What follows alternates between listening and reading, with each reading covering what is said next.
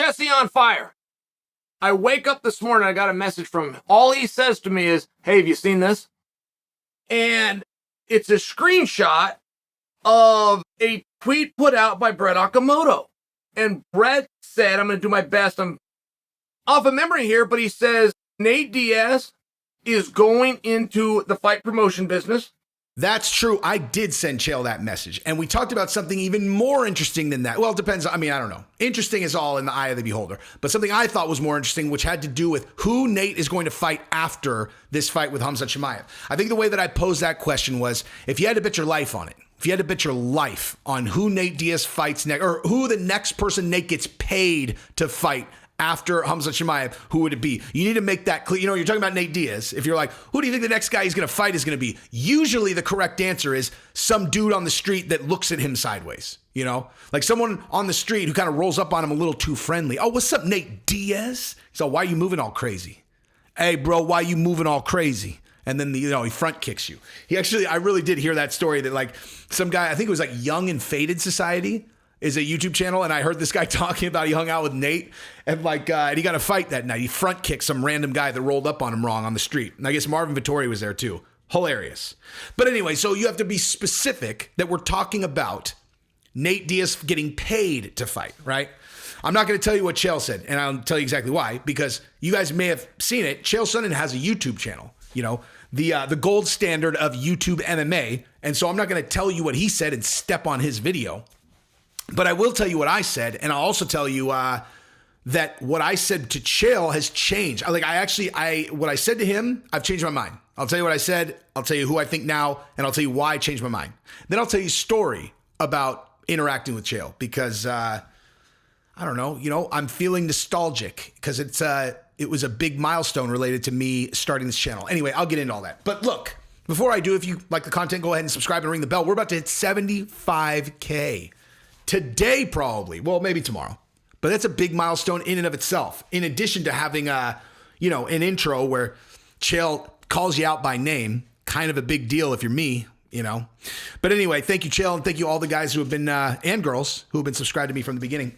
So like I said, dude, you got to specify who, what you're talking about when you say who Nate's going to fight. But when you're talking about who he's going to get paid to fight, like, honestly, I don't know if anybody really feels confident about that right now. Like, if you really thought about it, like, do you really feel confident? Because I think everybody just thought like, oh, he wants to be a free agent so he can fight Jake Paul. It's like, all right. Yeah. I mean, that's because he has alluded to that. Okay. Well, I mean, he's alluded to a lot of things. And if you watched his interview yesterday, I think you could probably say pretty confidently that he definitely has not made up his mind, considering he entertained re-signing with the UFC just to fight Khamzat again if he lost. He said that the best fighters are in the UFC. He never even mentioned Jake Paul, unless I missed it. And Jake Paul has a fight coming up that basically throws a monkey wrench directly in the middle of a fight with Nate Diaz. And I'll tell you exactly what I mean by that, right? Like, if you're Jake Paul, because this is the only place you could start. The prevailing idea is that Nate Diaz wants out of his UFC contract so that he can fight Jake Paul. That's just what it is. And everybody's assuming once he gets out, he's going to go fight Jake Paul. Well, clearly Jake Paul doesn't feel that confident about it because he's going to fight Anderson Silva in October. Now, if you were going to pick an opponent that would more monkey wrench a future Nate Diaz fight than Anderson Silva, I don't know who it would be. Because think about it, man. You have multiple things working here. Mostly when it comes to Jake Paul is, where is he taking this thing? What's he doing? Like, where is Jake Paul taking this thing that he's doing? Because he's obviously taking it very seriously. He's gotten very good at boxing. I don't want to get into like people saying that he's, okay. Maybe you're watching a different movie than I am. But do you want to jump in? You want to go jump in there and bare fist box Jake Paul? You want to jump in there?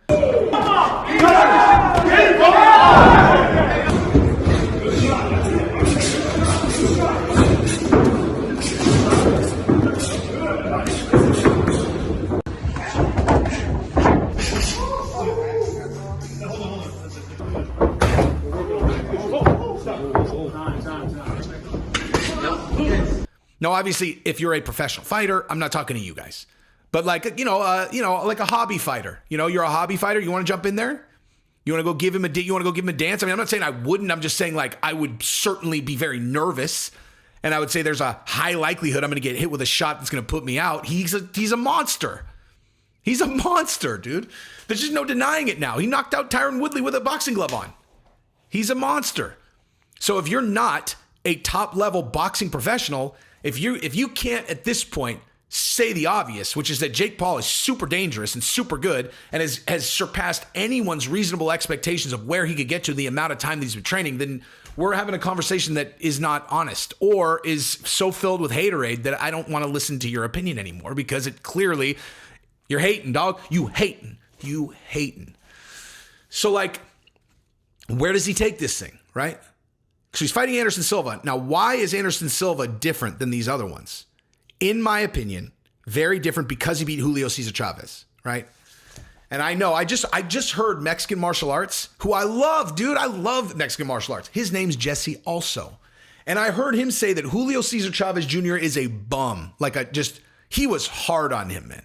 Now, I'm not saying Julio Cesar Chavez Jr. is Julio Cesar Chavez. And I'm not even saying that he's like a spectacular boxer in his prime. But dude, his record's like 44-6 and he's a former world champion. Boxer, right? He's legit. Anderson Silva is a 44-year-old former MMA champion. Kickboxer with no boxing experience for the most part. He shouldn't be able to beat Julio Cesar Chavez in a boxing match. Have you guys not been watching the movie that is MMA people transitioning into boxing? They don't even look like they're fighting in the same sport. It just doesn't really transition very well to me. From anything that I've seen, I have not, until Anderson, watched a former MMA fighter transition to boxing and look like a boxer that throws pure boxing. You know, they just don't look clean. Anderson looks clean, dude. And the other thing is this. So like when you think about Anderson Silva's fight style and you think about a guy like him or Izzy, guys like that, where you know they're in there and they're thinking about, okay, where is what am I defending against? It's like you got 2 fists, 2 elbows, 2 knees, 2 feet, shins, etc., right? A lot of things to think about. And so they're like, and it's distance control and all that. And you would think that as soon as you're just boxing and all you have to think about is just the 2 fists, that should make it way easier, right? It seems like that should make it way more simple. And for some reason, normally when you watch these MMA guys go into boxing, it doesn't translate like that, except for Anderson. Anderson looks like he's taking a nap in there. Like he's like, all I got to worry about is this guy punching me. Like that's what he looks like to me. He's like, he makes boxing look like easy to him. He's like, this is just easy, son. Easy. That's why I don't think Jake Paul has, people are like, oh, Anderson's 44 years old. I'm like, dude, he's going to have to get hit with a big shot though. And Anderson, all he has to worry about is getting hit with a punch. Like I think he's got a very good chance of not getting hit with a big punch. And so the bottom line is between those two things, Anderson beating Julio Cesar Chavez, so having some legit boxing credibility, the fact that that's kind of how he looks when he fights, he's a legit, that's a legit opponent. And so if Jake Paul beats him, what does that mean? In my opinion, it means he should start going after boxers. Like this thing about fighting MMA fighters should be over. Like that should be the last MMA fighter that he fights. He should take a real run in boxing and try to win a title. I'm being totally serious about that. I mean, and honestly, anyone who thinks that that's like completely outlandish, that there is a belt that Jake Paul could try to fight for and go win, you're crazy. There's 1 million belts in boxing. I don't even think Jake Paul's messing around with his weight that much. He's just fighting guys. Like he's just like, but I think that's the money. I think that's the money for Jake Paul. I think that the money for Jake Paul is to make a real run at boxing and let everyone know that you're doing it. Let everyone know that that's what you're after, is that you want to win a belt in boxing. And let everybody hate on you. Let all of them hate. Oh, no, it's never going to happen. And then when he starts blowing through guys, people are like, damn, dude, the kid's legit. Nothing builds hype or builds interest more than a person that people think is not going to win, calling their shot and then delivering. Okay? Anybody wants to understand you want to understand what builds that gravity towards a guy. Muhammad Ali, that's what he did. He's fighting Sonny Liston. People think he's impossible to beat. Oh my, and he goes in there, he's doing poems, he's mocking him, and then he goes and he puts him down. You know, Conor McGregor, Jose Aldo's undefeated. Boom, boom, boom, running his mouth. Everyone's like, he's not going to be able to do nothing. Dirt nap, superstar.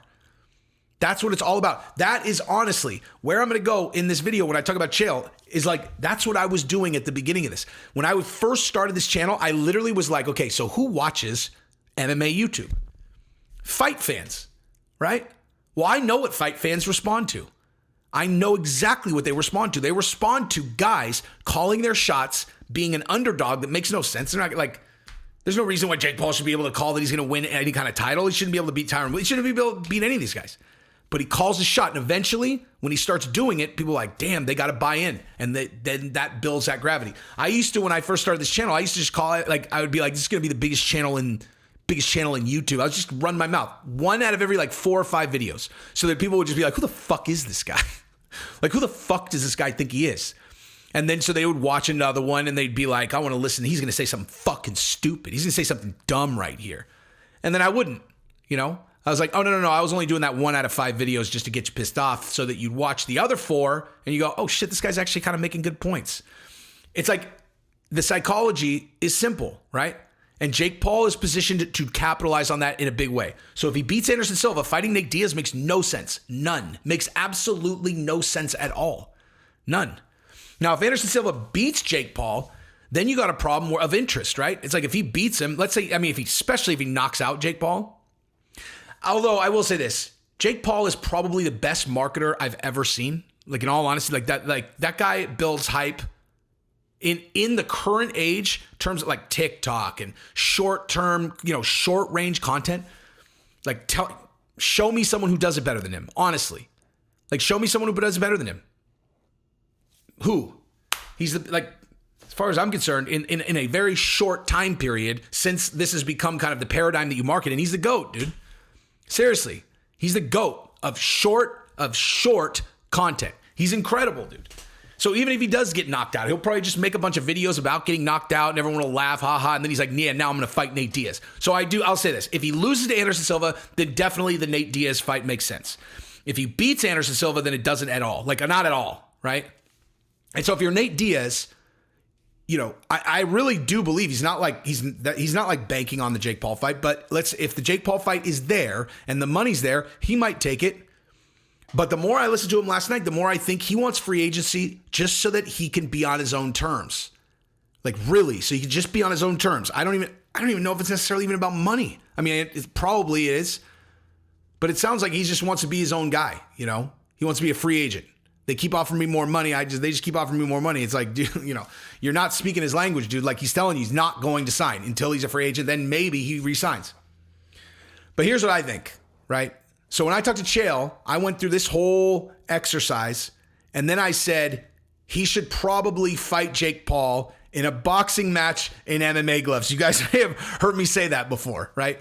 That's my big contribution to this entire sport, is like, why are people not thinking about crossover fights? Like, there's no, like, one of the things that Chael says all the time, it's so fucking smart, is what are we doing here? Like, what are we doing here? What's the point of this fight? Like, if this guy wins, so what? So what? Like, if this guy wins, then so what? What's next? Like, what's happening, right? And what I'm saying is there are a lot of fights like that can draw attention. But if that's the case, which absolutely a Nate and Jake Paul fight is a who fucking cares. It's going to be a great event, but like, who cares? There's nothing, right? Because clearly Jake is not on the path to go win a boxing title if he's going to fight Nate. Then why not mix it up, dude? Mixed rules. Do a boxing match in MMA gloves. Why not? Like, why? You know what I mean? Just do something new. Make it novel. That's why I'm watching. I'm watching because it's a novelty, right? Now, do you prefer watching people get punched in the face with a big ass glove or with no glove? I mean, or a MMA size glove?